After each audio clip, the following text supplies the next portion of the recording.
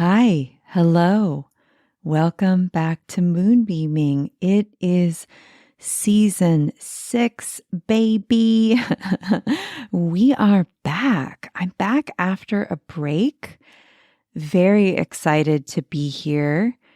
I think of it as when you leave a loved one behind and you're like, wow, I really miss you. And absence makes the heart grow fonder. Isn't that what they say? I'm a big fan of figuring out what you need in order to do your best work. And for me, breaks so that I can focus on other things, so I can refill my well and my podcast speaking voice is one way that I do that. This is really the only way I can do this podcast at the level of quality and integrity I want to, and fun. And I want to thank you for being back here with me. I especially want to thank all of the Moon Studio patrons who fund this independent podcast and allow me to take the time that it needs to. I have this thing about wasting people's time, which I think we might get into in this episode. I really want what I share with you to be as useful and helpful as possible. And that takes time.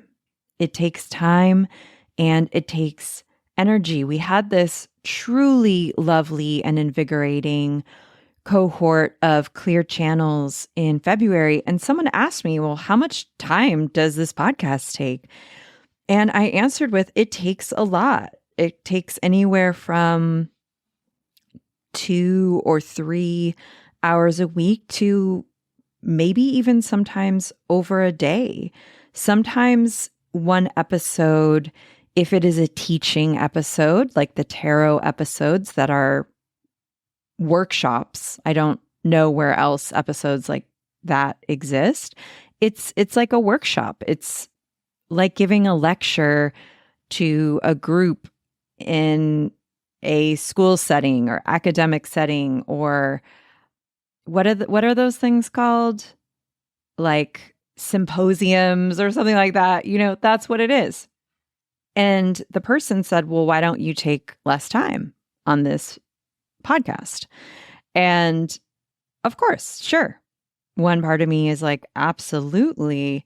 And again, I'm going to talk about time and how I'm dealing with it later from a personal perspective. And I'm going to talk about abundance and scarcity today from more philosophical and energetic and spiritual perspectives. But I said to them, sometimes certain things just take more time. Things of quality often do take the time they need to in order to be what they need to be. And when I share, I want what I share to live far beyond the trend. I mean, as you know, there's kind of nothing I talk about that's necessarily trendy. I think it's topical and timely, but I want it to live so that when you go back to an episode from, say, 2020, I want you to feel really nourished. I want the episode to feel like a class, like a workshop that opens your mind and supports you wherever you are. I don't want to create certain things that mean something to me, that are heartfelt, that are part of me and part of my life, to be trendy or in reaction to what's going on, or to get it over as quickly as possible. What's the point in that? I mean, for me, it's like I might as well not do it. Honestly, gentle listeners, I wouldn't feel good about half-assing what I share anywhere. I'm trying, personally, professionally, in this phase of my life, in this transitional phase of my life where I don't know if I'm quitting things, or I'm simply changing them profoundly, or I'm calling in more help, or I'm clarifying certain things or refining clear boundaries around certain things, or simply just letting them go. This period of moving forward in uncertainty, I find myself wanting to live out the questions I have with the answers I have, with what I know, with my values, with what feels in resonance and in reciprocity with my values, with what I would like. I want to share with you the things that I know work, and I want to remember them for myself, and I want to implement them practically in my life. And I want to share what works practically in my life. I want to be a conduit between spiritual teachings, spiritual lessons, archetypal information, energetic transmissions, just some things I know from being on this planet for quite a while, but barely any time. Again, paradoxical. I want to share them with you. And sometimes it just takes time. And that brings me to our latest offering. Could not be more on time. I could not feel more like this is such great, divine, perfect timing. I run my business truly intuitively, in that I don't have a plan a year from now. I have like sketches in my mind, and I lean into what teachings want to come through. If you've been around me for a while, if you've been listening to what I share, if you're on my newsletter list, the things I create, they change. I'm not a business person or a teacher who talks about one thing all the time. Obviously, there are foundations of what I teach, but I listen in, I make myself a vessel, and I bring forth what wants to come down for people who need it in the moment they need it. So it's feeling very timely, very on time, and it is embodying abundance. This is a really special offering. It started in, I believe, 2021. I've been wanting to do a more comprehensive class on money and abundance and different ways of being in abundance probably since 2016 or 17. I created a zine around it. I've taught one-off classes. Some of you have told me they went to one of my 2-hour-long workshop in LA in a store on the east side. And thank you for being here. So I've been talking about it in various ways, but I wanted to do a really comprehensive deep dive that would fundamentally shift the way that you relate to enoughness, self-worth, self-love, and abundance. This offering takes the body into account. It takes larger themes, dominant and overcultural ideas about worth and enoughness, and attempts to interrogate them and dissolve them and compost them so that you can form your own ideas, beliefs, energetic and cellular imprints in your body, your mind, your spirit, and your energetic field. I've had to do a lot of this work as a business owner, as a chronic overgiver, and a chronic under earner, like my whole life almost. So I share some fundamental energetic and spiritual and philosophical beliefs that I have, that I've received around abundance.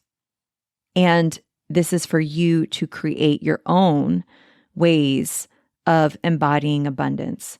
This is for you if you felt like something is off in this realm, if you're exhausted, if something isn't working and you can't figure out why, or the way you've been living or responding or relating to yourself is just feeling out of balance, and maybe you're extracting from yourself, maybe you have an extractive relationship with yourself or to yourself, if it's time for you to get more clarification and invest in this process in these ways. We do discuss money. We do discuss capitalism. We do talk about the history of where this all comes from. I have a whole week on money magic.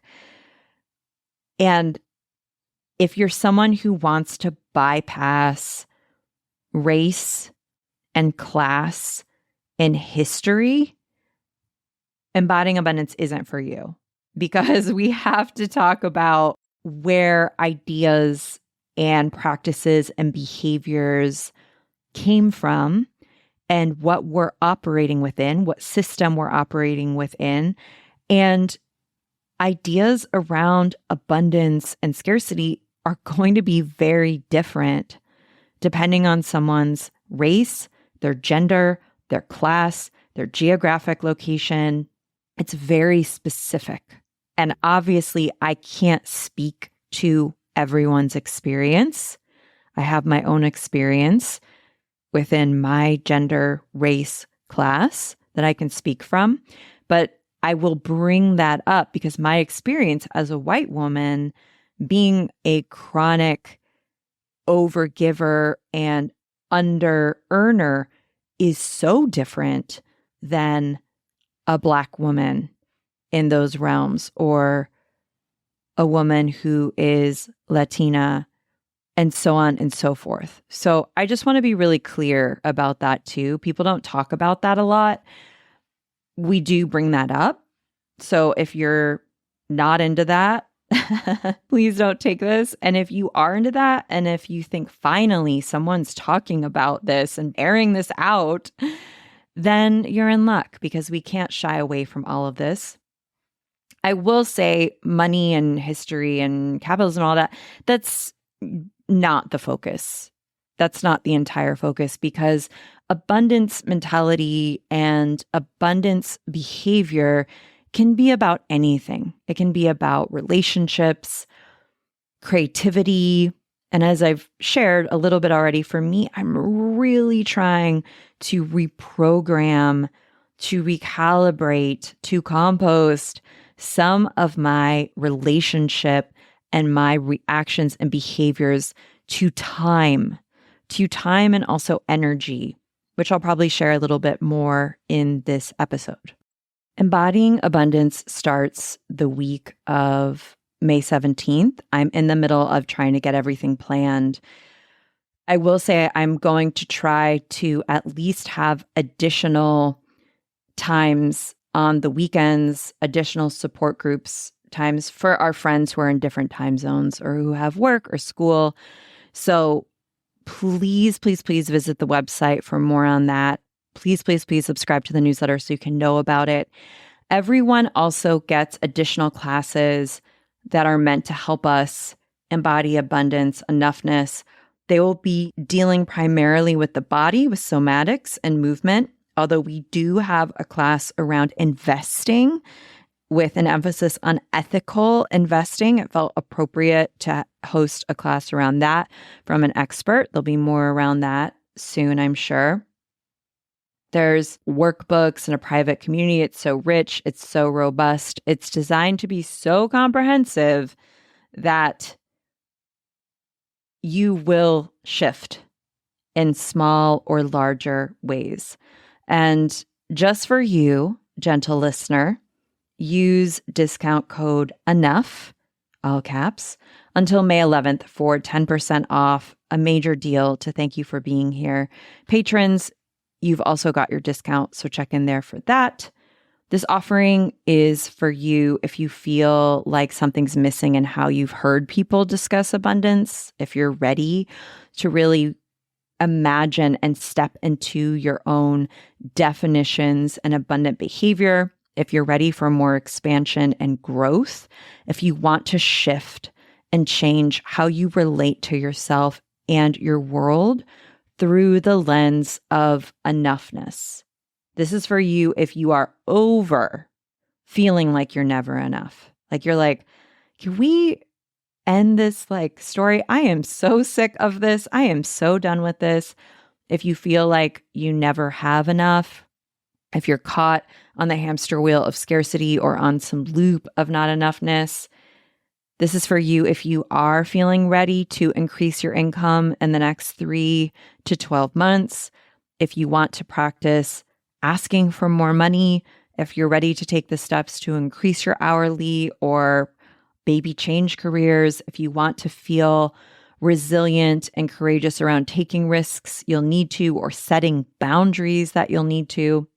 I've had multiple folks take Embodying Abundance and either procure a raise for themselves and their fellow colleagues, which is a major, major win, or realize a certain work situation wasn't going to give them what they needed, and they started looking for situations that were going to pay them more and paid them more. That is what I had to do. I had to say goodbye to my dreams of being a college professor. I had to quit being an adjunct professor. I had to quit working for free or incredibly little for friends or friends of friends in order to make more income. It was difficult. It was scary. I had to trust. I will share more probably in the future or definitely inside of the workshop series. But I had to do this to deepen into the actual experience of being able to trust myself and my ability to make an income. This was huge for me after 15 plus years of relying on one paycheck for my entire income. And again, like I said, under earning, being afraid to ask for more, staying in jobs like being a waitress or a nanny where I was paid very little for a ton of output. I had to open up to different ideas about myself. I had to open up to taking a risk based on my gifts, my skills, my dreams. It was really major. I didn't have anyone holding my hand and like telling me how to do this. Nobody talks about, well, not nobody, but more and more people are talking about this, but many people don't talk about how we have to gently transform our nervous system, our energy, how we have to become friends with our entire body, as well as taking aligned and symbolic actions around whatever it is. I was thinking about this morning, knowing I was going to record this. I was thinking about how we'll want something, we'll want something really true. Oh, I really want to be able to share my gifts with the world, to get better at something, right? Whatever it is. I really want to spend more time doing X. And it's clear, right? Like we are clear on it. It comes forth in the shower. We journal about it. And then the emotions rush in. And then the nervous system kicks in. And then all the doubt and the fear. And I know all of you love internal family systems. The protector parts come in. And they are like, here are all the reasons why you can't do it. And we get farther away from it. We don't take aligned action. And it happens to everyone. It happens to everyone. I don't think that any change, any transformation is without either a large or a small, bumpy kind of kickback or protection parts, or our nervous system being like, ah, So I'm really aware of that. This is for you if you are a chronic overgiver. Raise his hand. If you feel like your worth is based on what you can give, how much you can give. Those of us who are femmes, were raised feminine, we're dealing with this often. Not every parent, obviously, but we're often taught explicitly or implicitly that our worth is reliant on what we can give. That can be in the realm of money, but it also can be in relationships. If we don't know why we're giving, if we are not giving in integrity, if we aren't creating reciprocal relationships, we're going to probably get burned emotionally. We're probably going to get burnt out. Most likely resentment is going to begin to seep in. There's going to be tension, and we're going to be in unnecessary conflict with ourselves. And also, our relationships are going to have an element of disingenuousness to them, held up by these silent contracts where you can be their friend, you can be their family member, but only if you don't have needs, only if their needs are being met, only if you are the strong one, the one who's always there, who always picks up the phone, even when usually it isn't reciprocated. There are these dynamics.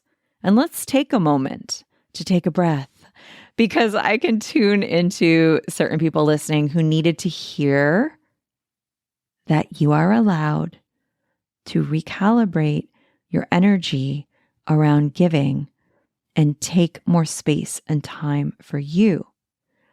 Giving without integrity, giving because it's unconscious, it's just something we do, it's just someone we are, giving because we only want to get something like safety or connection in return, this is huge.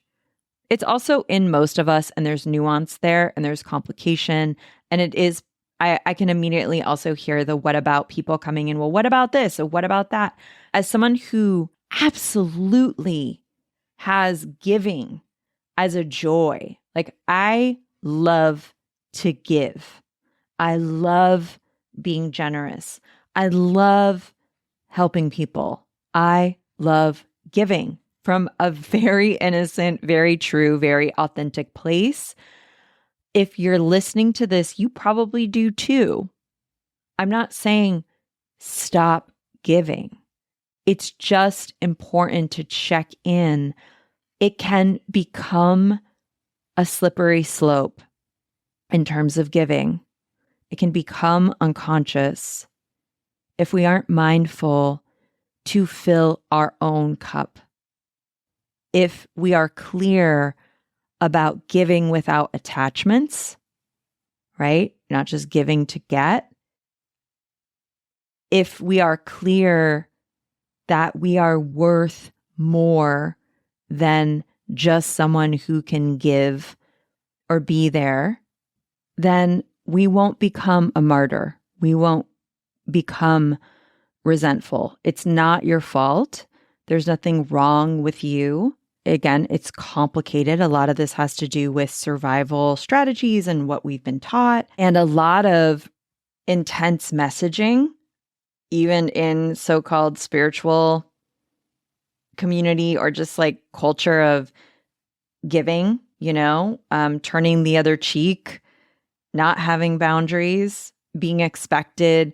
There's got to be a name for it, but the get over it culture of like, well, get over it, or like, well, you knew what you were doing aspect when we're like upset that someone has taken advantage of us or that we were in a relationship that wasn't reciprocal. It's very nuanced. And again, it's very individual. Okay, so let's talk more about abundance.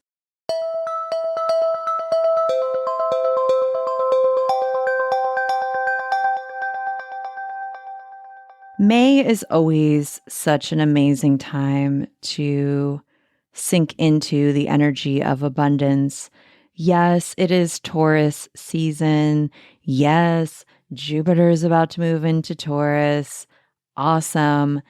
And also just anyone in the Northern Hemisphere looking around sees how incredibly abundant nature is. I am always delighted in my garden to remember and be reminded by my plants, by my rosemary, by my lavender, by my rose bushes, that they create more than enough. Like, I'm not a farmer, obviously, but I'll never run out of rosemary. I'll never run out of lavender. I'll always have roses to smell within certain times of the year. When we think about abundance from a natural perspective, we know that it is then inherently not about what you own, what you've accumulated. Abundance is not about accumulation. It is knowing what you need and what you want is available in some fashion, in some form. And in fact, it's understanding it is within, it is a resource to be cultivated, and it is available to us through tending to nature, being with nature. This includes our own natures, who we are when we're stripped of defense and stripped of conditioning, when we remember and connect to who we are and the resources we have within. You can take a minute and think about something you love to do, something you would do more of that connects to your specific gifts, your specific uniqueness that lights you up, it gets you into flow, you lose track of time. Often you have energy for that. You can often start that activity. You then get idea after idea, or you look at the clock, you can't believe an hour has gone by.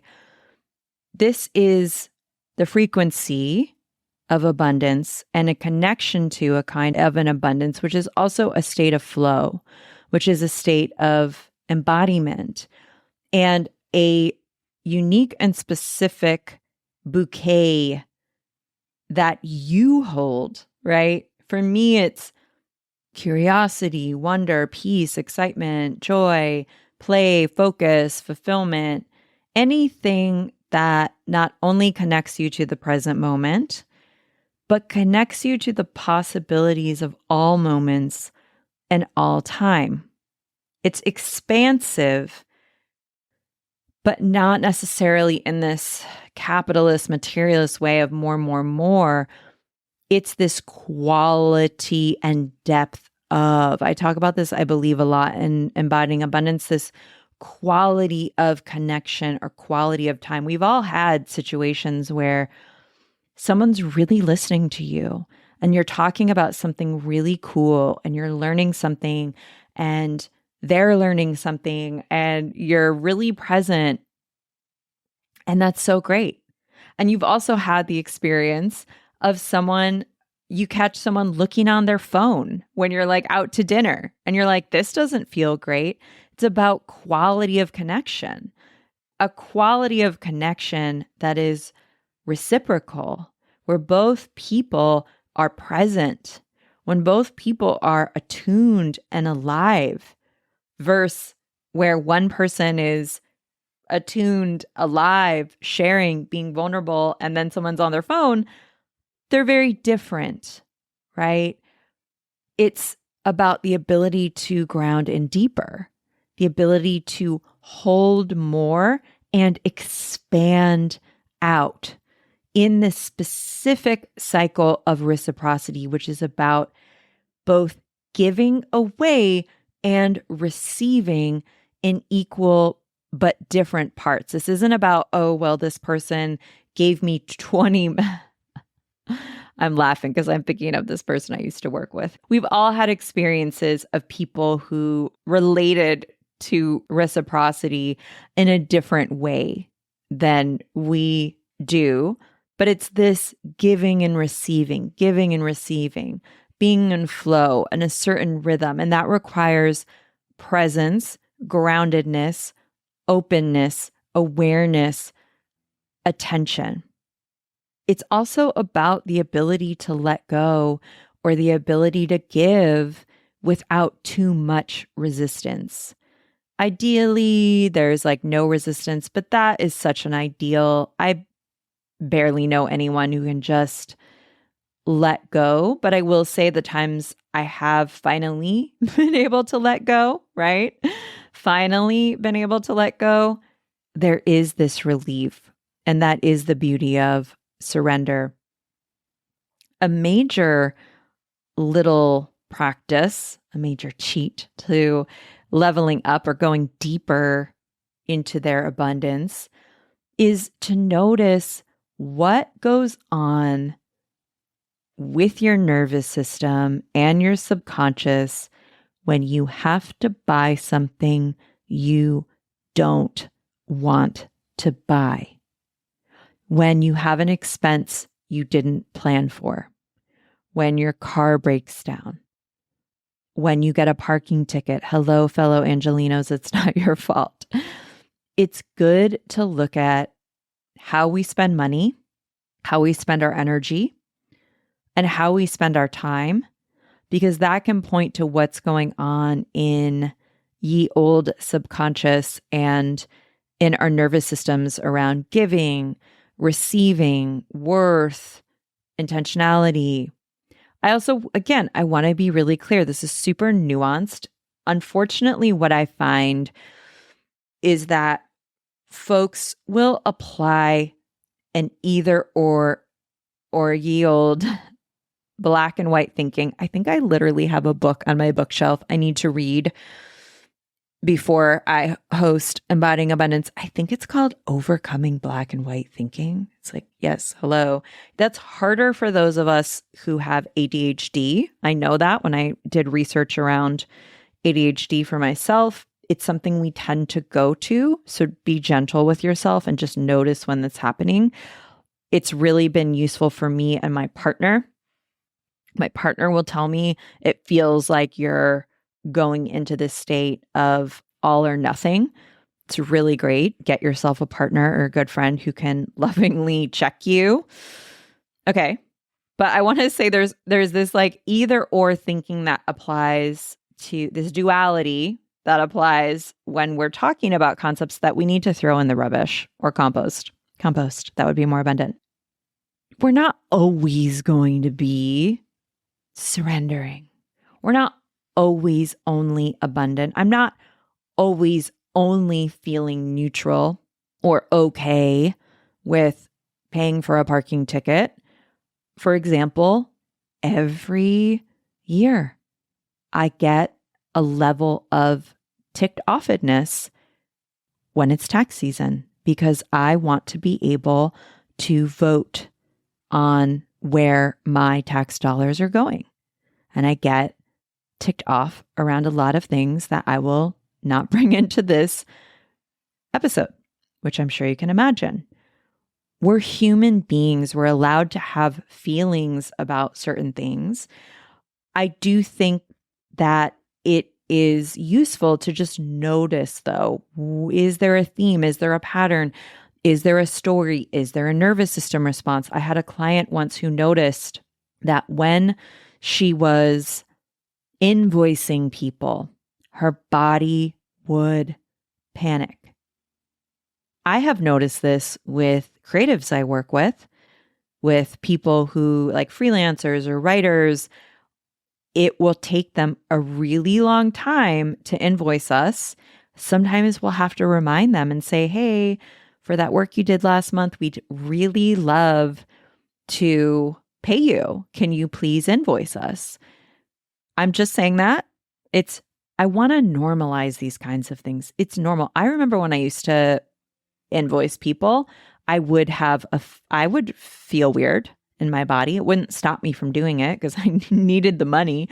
And also it's good practice. So just thinking about those things. For another client I had, it was very difficult for her to buy things that she saw as frivolous, like something that was not related to usage. So for example, it was very easy for her to buy a second freezer, like a mini freezer, to put away extra food for the winter. She could spend like hundreds of dollars on that, no problem in her nervous system.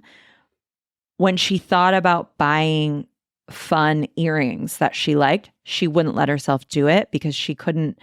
There was like, she had these invisible contracts and rules that said, I can spend money on things that are useful, but I can't spend money on things that are frivolous. And so one of her homework pieces I gave her, I used to work with clients around this topic, embodying abundance. I gave her was take out $40 cash, or for you, it'd be whatever you can afford. We don't want to go into debt here. And in the next week, you're going to buy something. If you come across something and it's just going to give you pleasure and it's just going to make you smile, you're going to buy them. And you're going to be conscious in your body as you're doing so. And you're going to resource your nervous system and your energy, because this is how we repattern and rewire. This also brings me to this point I've stated many, many times, which is that abundance isn't about how much money you have. It's a way of being, because have you noticed, gentle listener, a lot of billionaires seem kind of miserable. And that, of course, refutes the idea that money is an energy, right? Because many wealthy people I see seem entitled and financially literate and okay with playing the game and extracting and exploiting people, not abundant. They seem disconnected from their values, not connected to abundance. Another aside, for the last couple of years, I've been pretty depressed. I've been pretty depressed and distracted. My Nana died. She was someone very important to me. And then just as I was feeling better about that, or less chock full of grief, I got long COVID, which basically ravaged my health for 7, 8, 9 months. And my brain still isn't the same. So I was in a lot of grief. And don't worry, I'm not anymore. Actually, it's like we also need to have more conversations about grief and normalize grief. Hello. I'm not like 70% grief, which is what I was. I want to normalize that too. I was for like a minute. Okay. So I wasn't very expansive. I was expanding around my grief, which is again another form of abundance, another form of process and transformation. My point is, even though I wasn't in a consistent state of abundance, my business made more money than the last every year. I think that there is a correlation between energy and money, but not like how a lot of people talk about it. I do think getting into a frequency or habit of worth and inherent value can help us make more money for sure. And also, abundance is something different. If I had to break down some ingredients list to abundance, some of the components, it would look like a mix of self-worth, respect for all life, a very toned and cute and resilient ventral vagus nerve, a strong connection to intuition, gratitude, flexibility, radical generosity, reciprocity, ease, belief, trust, awareness of your needs, the ability to get some of your needs met, imagination, pleasure, resourcefulness, the ability to feel fulfilled, nourished, and or complete or content, enoughness, care, the ability and art of receiving, and the ability to be with discomfort. Because if you're listening to me with this list, maybe one or two of those ingredients made you feel uncomfortable, and maybe more than a little bit vulnerable and more than a little bit ashamed. Because, ding, ding, ding, shame is directly linked to scarcity, not being enough, being somehow wrong or off. And guess how shame functions in dominant culture? Shame functions as a control tactic, a way to control people, keep them in scarcity mode, keeping them feeling like they're not enough. So they have to do more and buy more and be more this, be less that. And it keeps us stuck and scared and small and far away from our inherent worth. I want to remind you of the truth. And that is, you are already enough. If you are listening to this, you are enough. You are more than enough. You have this amazing imagination. You're here. You're existing. You have belief. You have respect for life. I'm positive you feel grateful. Maybe not every single day about every single thing. But again, welcome, gentle listener, to being human. And we forget. We let scarcity knock on the door, barge in the door, take over. We forget. We let some subconscious scripts start running everything, including how we feel and think about ourselves. And what we have to do, or what we get to do, what we get to do if we would like to, if we feel drawn to. And what embodying abundance does is help to guide you and orient you more towards what you want, more towards your true nature and who you truly are, and less hooked on all that scarcity. And you can start doing that right now instead by choosing to. You can choose gratitude. You can connect to your imagination. You can think about what feels fulfilling and good today and what you have the capacity to do. You are in the present moment, which is a space of felt sense and connection. And present moment after present moment becomes our reality. It becomes the future.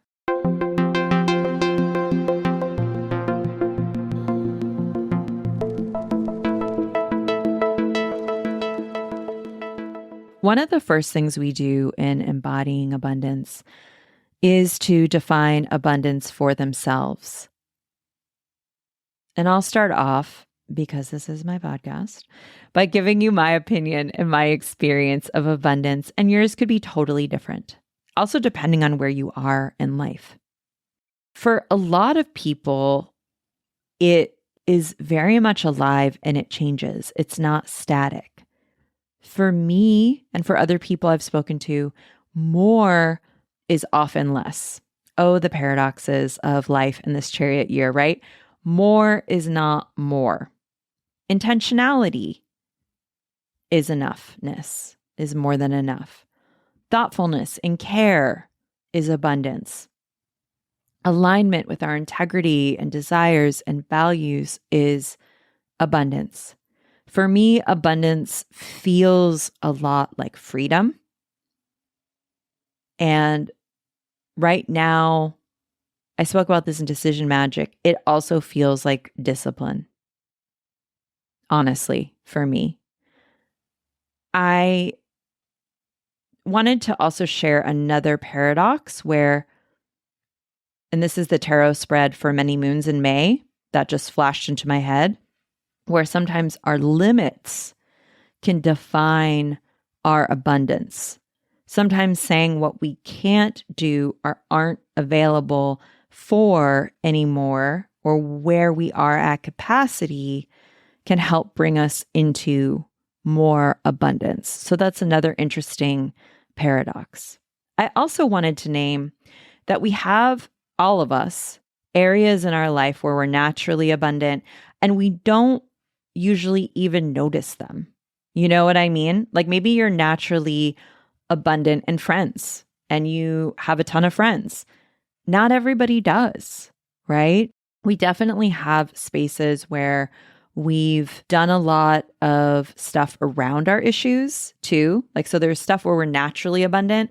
There are areas where we had to work around certain things like attachment styles or certain traumas or whatever that may be. and we've made progress on them and we feel resourced around them. Like I said, I don't necessarily have stuff around money right now. I am dealing with scarcity around time and energy. Those who took Embodying Abundance know that's my thing. And I've recently unlocked more insights around what's up with me and how to be in this process with feeling like I have enough time or feeling like I have a really positive or reciprocal relationship or intimate relationship with time. Please know also, as I shared, some of this is really personal and it has to do with my illness and long COVID and a bunch of other T words, the T words trauma, other stuff I shan't be going into, and we shan't be going into in Embodying Abundance because that is far past my capacity. But this is what I will say. It's putting the body, adi in embody. I noticed that I go into hypo-arousal or freeze when I start going down the script of not having enough time, you're running late, anything linked to my not enough time story. Now we know that the gut/heart/nervous system, aka our good friend Vinny Vagel, Victoria Veronica Vagel, is telling our brain something. We know that story follows state. We also know then that the reverse can happen, that state can follow story. I have certain cues I've been able to pinpoint that tend to push me into that freeze reaction. And so it's a process of noticing that and then disrupting that state. Along with a process that I spoke about in Decision Magic about choices and prioritizing how I want to invest my time. Investing is different than spending. Investing is conscious. And I want to be really clear. This isn't about productivity. This is about resting. This is about hanging out with friends. This is about connecting to my partner. I realized I was frustrated about how I have been organizing my time. And also my inner child was ticked off at my manager parts for getting indoctrinated with this whole work first, play later thing that has been drilled into me for like 15 years. She's telling me I need to play. And also I looked at what I was doing, and I shared this a few episodes back about my values, because again, I'm in process around reconfiguring this for myself, and I share it with you. I shared that instead of putting my creative energy or putting all my creative energy into more short form versions of creativity, like newsletters or many moons, I was really feeling the call to invest in more long-term creative projects, both just for myself and my own practice and my creativity, and to put out into the world. I've only just started doing that. Let me tell you, it was hard. Rewiring can be hard. Emotions come up, excuses come up. Old patterns, they shall be patterning, but it's a practice. You do it over and over, like brushing your teeth or tying your shoes or screaming at the moon every time it's full, our practices. And so I'll be guiding you in a similar process with other kind and brave souls who are also in process. So it isn't so overwhelming, and you have support, which is amazing.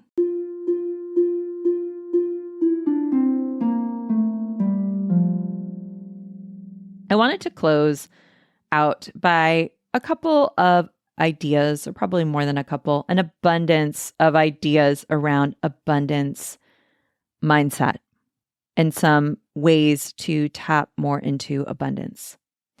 An abundance mindset looks like sharing resources, being able to be genuinely happy for others and praise others for their achievements.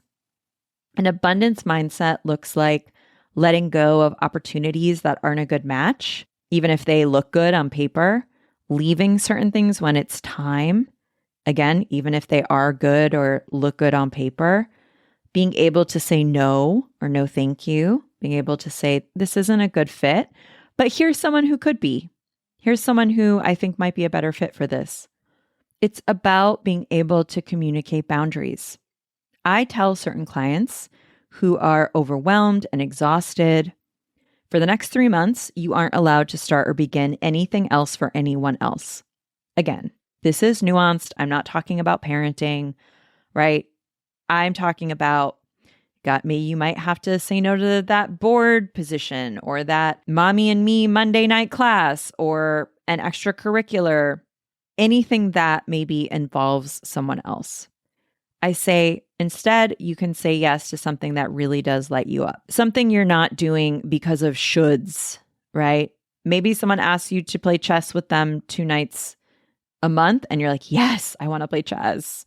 Or yes, I want to join this reading club. Or yes, I want to read instead of going to the forking board meeting or whatever. More time reading, more time writing your poetry collection. But I say any additional requests that comes across in your inbox, in your life, say, no, thank you, I'm not available now. An abundance mindset often, again, looks like less first, right?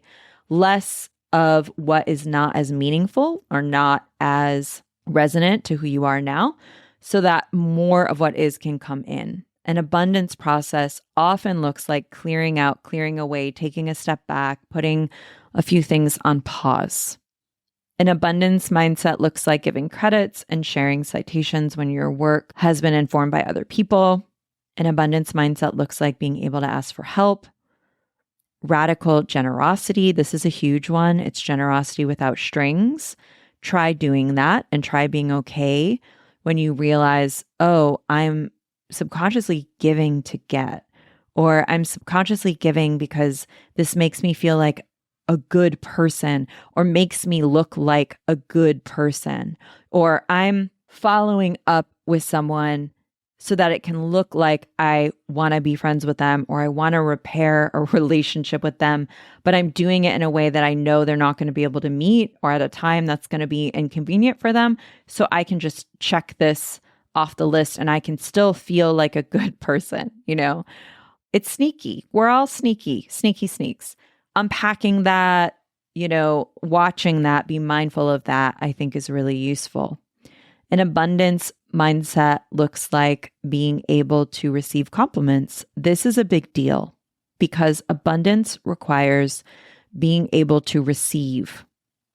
Do you deflect when given a compliment? Do you immediately try to diminish the compliment like, oh, this old shirt, it was $9.99 and here, look at my coffee stain. Look at it. Look at the coffee stain. Look, it's falling apart. Do you do that? Oh yeah, this necklace. Oh yeah, I found it on the side of the road. It was covered in trash and, or like, oh yeah, that incredible presentation. Oh no, I really didn't stay up until 2 a.m. I really screwed up the blah, blah, blah, and I couldn't do the blah, blah, blah, or whatever, That has been me in the past. And I have circumvented that in a couple of different ways. I think I'll share in a moment, but I did wanted to say what being open to compliments does. Being open to compliments and receiving it leads us to being open to miracles and opportunities and magic of all kinds. Knowing you're allowed to practice magic, believe in magic and miracles and new opportunities, and making yourself available for your magic and your opportunities. No, this doesn't just happen for other people. It happens for you too. If you find yourself super envious of other people, and you think, well, that could never happen to me. They're only getting that because that's them. We've got to pause on that one. Write down everything you associate with them. Maybe it's humor or joy or amazing nails, whatever it is, and start embodying those things. The piece that changed my life with not being able to receive compliments about my work, from like sort of being mind blown by much of the quality of it. Like my workshops are pretty next level. The depth of my work, all of it is enjoyment and fun and play. When I get stuff together for classes and workshops, it has to be fun. I have to enjoy it. I have to be delighted. And I also use the closed loop method too, which is a framework I share in Clear Channels, which don't worry, we're running it again in June. See, abundance. So like if it's more humor you need, more play, you got to give yourself that and practice that yourself and embody it and bring it into your everyday, not wait until you're at home. Do it when you're walking down the street. Do it while you're doing your job, like your 9 to 5 or whatever. It's a process. And when you do that more, you're inserting yourself more into your life and you're reiterating that you're someone who is available to opportunities and miracles and authentic connections. You are making yourself open to opportunities that feel right for you, that feel sustainable and feel abundant for you because you're opening them up for yourself to experience and explore. Okay, so that was a mini workshop on abundance, I think. How do you like that? Listener supported radio. If you are ready to implement these teachings and embody those teachings in your life, it's time. Lovely, gentle listener, let's do this.